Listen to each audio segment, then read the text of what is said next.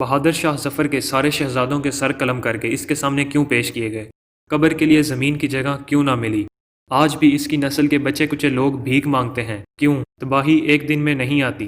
زمانہ 1850 کے لگ بھگ کا ہے، مقام دلی ہے، وقت صبح 3:30 بجے کا ہے۔ سول لائن پر 50 سالہ کپتان رابرٹ اور 18 سالہ لیفٹیننٹ ہینری ڈرل کے لیے جاگ گئے ہیں۔ 2 گھنٹے بعد طلوع آفتاب کے وقت انگریز سویلین بھی بیدار ہو کر ورزش کر رہے ہیں۔ انگریز عورتیں گھڑ سواری کو نکل گئی ہیں۔ 7 بجے انگریز مسٹری دفتر میں اپنی اپنی کرسیوں پر بیٹھ چکے ہیں۔ ایسٹ انڈیا کمپنی کے سفیر سر تھامس دوپہر تک کام کا اکثر حصہ ختم کر چکے ہیں۔ کوتوالی اور شاہی دربار کے خطوں کا جواب بھی دیا جا چکا ہے۔ بہادر شاہ ظفر کے تازہ ترین حالات کا تجزیہ آگرہ اور کلکتہ بھی بھیج دیا گیا۔ دن کے 1 بجے سر تھامس بگی پر سوار ہو وقفہ کرنے کے لیے گھر کی طرف چل پڑا ہے۔ یہ وہ وقت ہے جب لال قلعہ کے شاہی محل میں صبح کے چہل پہل شروع ہو رہی۔ ضلع الہی کے محل میں صبح صادق کے وقت مشاعرہ ختم ہوا، جس کے بعد ضلع الہی اور عمائدین خوابگاہوں کو گئے تھے۔ اب کنیزیں نقرئی برتن میں ضلع الہی کا منہ ہاتھ دھلا رہی ہیں اور تولیہ بردار محجبینیں چہرہ پاؤں اور شاہی ناک صاف کر رہی ہیں اور حکیم چمن لال شاہی پائے مبارک کے تلووں پر روغن زیتون مل رہے ہیں۔ اس حقیقت کا دستاویز ثبوت موجود ہے کہ لال قلعہ میں ناشتے کا وقت اور دہلی کے برطانوی حصے میں دوپہر کے لنچ کا وقت ایک ہی تھا۔ 2000 سے زائد شہزادوں کا بٹیر بازی، مرغ بازی، کبوتر بازی اور مینڈوں کی لڑائی کا وقت ہی یہی۔ اب 100 سال یا 150 سال پیچھے چلتے ہیں۔ برطانیہ سے نوجوان انگریز کلکتہ، ہگلی، مدراس کی بندرگاہوں پر اترتے ہیں۔ برسات کا موسم ہے، مچھر ہیں اور پانی ہے۔ ملیریا سے اوسط 2 انگریز روزانہ مرتے ہیں، لیکن ایک شخص بھی اس مرگ آباد سے واپس نہیں جاتا۔ لارڈ کلائیو گھوڑے کی پٹھ پر سوار رہتا ہے۔ اب 2020 میں آتے ہیں۔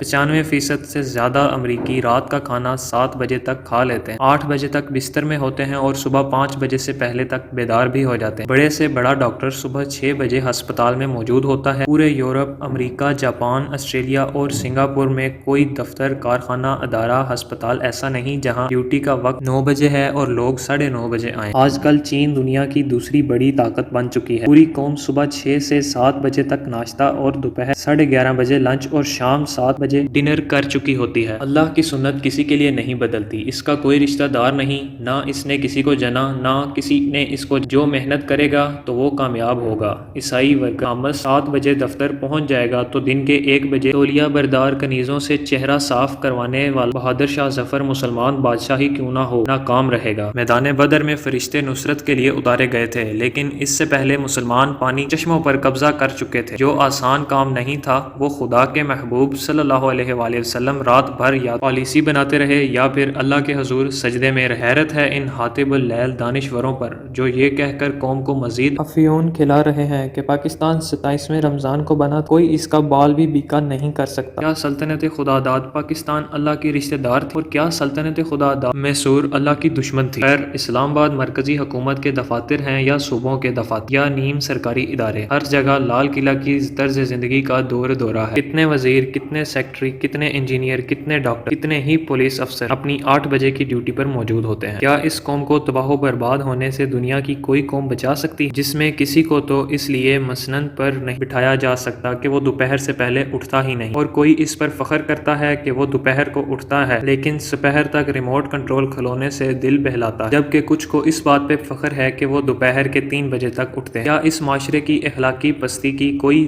حد باقی ہے؟ جو بھی کام آپ دوپہر کو زوال کے وقت شروع کریں گے وہ زوال ہی کی طرح جائے گا، کبھی بھی اس میں برکت اور ترقی نہیں ہوگی۔ اور یہ مت سوچا کریں کہ میں صبح اٹھ کر کام پر جاؤں گا تو اس وقت لوگ سو رہے ہوں گے، میرے گاہک کدھر سے آئے گا؟ یہ مت سوچیے، کیونکہ گاہک اور رزق دینے والی ذات صرف اللہ رب العزت کی ہے۔ وطن عزیز کی بقا اور ترقی کی خاطر میری اس کاوش کو اپنے دوستوں کے ساتھ بھی شیئر کریں اور خود بھی اپنے ضمیر سے پوچھیں کہ بہادر شاہ ظفر جیسے آسائش پسند بادشاہ کا بھی اگر ایسا حال ہو سکتا تو میں کس باغ کی مولی ہوں۔ اللہ ہمیں اپنے نبی کی سنت پر عمل کرنے کی ہمت توفیق عطا فرمائے، آمین۔ آج کے لیے اتنا ہی، کل ملیں گے ایک نئی ویڈیو کے ساتھ، تب تک کے لیے اللہ حافظ۔